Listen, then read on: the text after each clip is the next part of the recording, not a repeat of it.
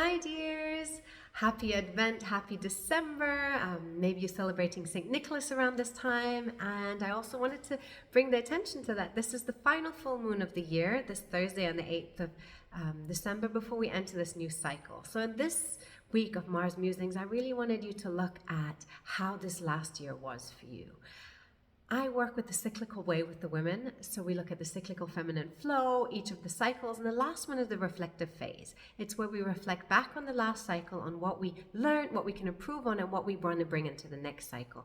And as we're approaching year end, and with this full moon, I want you to illuminate the last cycle, to really look at what have you accomplished, for lack of a better word, what have you succeeded in, what have you birthed into the world, what has really been incredible for you this year, and what do you want to carry forward with you, and maybe what are the things you want to put into place before you roll into 2023. As the year end comes in really quickly, celebrations, maybe family time, and then we're right into the new year, it's a good period in the last kind of 2 weeks before we enter this last final cycle of the year to really look at what systems you want to put in place, maybe what processes, what you want to get really clear on, maybe getting a financial plan in that I spoke about a couple of weeks ago, and just really honing down on being ready to start the year. So what I'm inviting you to do is to really journal, or to look at, reflect back, maybe just closing your eyes even, and just seeing how was this year for you, really feeling into your heart and just writing it down, or just really observing.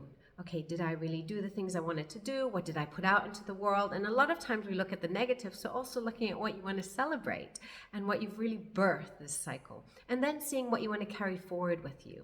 You can make different plans in different ways, for example, of this, as I already explained, and some of the women that I worked with last week when we looked at this also did weekly plans, for example, being really clear what they wanted to do each week, or a monthly plan, looking at the cycle ahead, saying, okay, what do I want to bring into each month? What worked last year in different months? Maybe what are things I want to carry forward?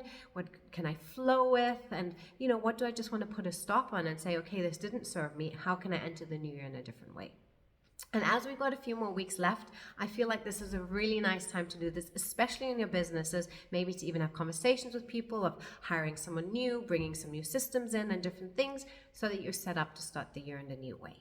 I hope this resonates with you. Let me know what you're working on, if you want any more tips, if there are any tips that we can include also, and of course if you want to hear anything else. But what I'm inviting you to do, celebrate this year and celebrate you, this full moon, highlight the things, and also get really clear on what worked, what didn't work, and what you want to carry forward with you into the next cycle, into this next year.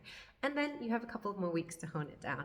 And this is what I'm doing now. I'm really excited about it. I'm preparing for 2023, and I hope that you can also really feel that energy and bring that into your work, into your life, into all the things that you're bringing into this world.